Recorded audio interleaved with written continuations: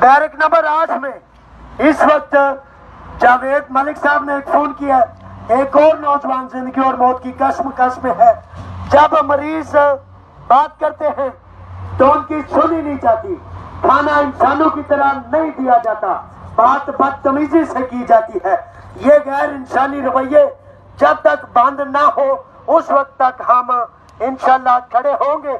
लेकिन मेरे बच्चों ये जान लो, आप खड़े नहीं होंगे तो सारी दुनिया बाहर खड़ी हो जाए, उसका कोई फायदा नहीं। जब तक आप खड़े होंगे तो तब बाहर खड़े होने का फायदा होगा। Αυτή λένε δεν είμαστε κλέφτες, δεν είμαστε δολοφόνοι και χειρότερο από φυλακή. Εδώ είναι τα πράγματα. Όταν ζητάνε κάποιος χαροπαλεύει, κάποιος είναι άρρωστος, ένα τύπο, τέλος και τίποτα άλλο.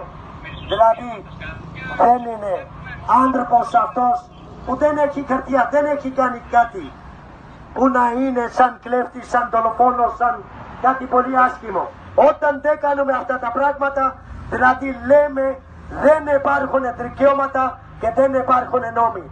Γι' αυτό το λόγο εμείς λέμε, αν δεν μπορούν να γίνουν με δικαιώματα και με σεβασμό, τότε να κλειστούν αυτά τα κέντρα κράτηση. Ο άνθρωπος, ο εργάτη έχει δικαίωμα για είναι ελεύθερος και όλοι μαζί να δουλέψουμε και να πάει καλά η χώρα και να πάμε όλοι καλά και ωραία. Νταλέζας, χθες ένας μετανάστης εργάτης που κρατιότανε για δεύτερη φορά για ένα εξάμηνο, ενώ είχε χτίσει άλλο ένα 18μηνο, προχώρησε στο να κάνει μια πράξη απόγνωσης. Βρέθηκε στο κελί του από τους συγκρατούμενους του, κρεμασμένος με ένα σεντόνι. Οι ίδιοι προσπάθησαν να τον συνεφέρουν γιατί ήταν λιπόθυμος. Βρισκόμαστε λοιπόν εδώ για να μάθουμε την αλήθεια. Ενημερωνόμαστε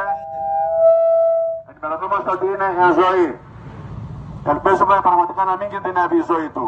Θα είναι άδικο ένας μετανάστης εργάτης να χάνεται γιατί υπάρχει δεύτερη διπλή κράτηση. Θέλουμε την παρουσία μας αυτή και με βάση την εικόνα του τι θέλει να κάνει ο κύριος Βορίδης του Τσακουριού της Νομικής, που μας δήλωσε ότι οι μετανάστες δεν είναι καλοδεχούμενοι σε αυτή τη χώρα.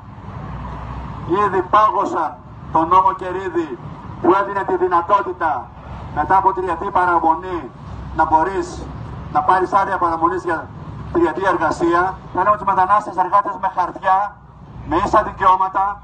Είναι άνθρωποι που δουλεύουν μέσα στα εργοστάσια, δουλεύουν στον επισιτισμό, είναι ντελιβεράδες, δουλεύουν στον τουρισμό, δουλεύουν στα χωράφια. Όλοι αυτοί χρειάζεται να έχουν ίσα δικαιώματα. Όλες και όλοι αύριο στο αντινατσικό συλλαλητήριο 3 ώρα Σύνταγμα.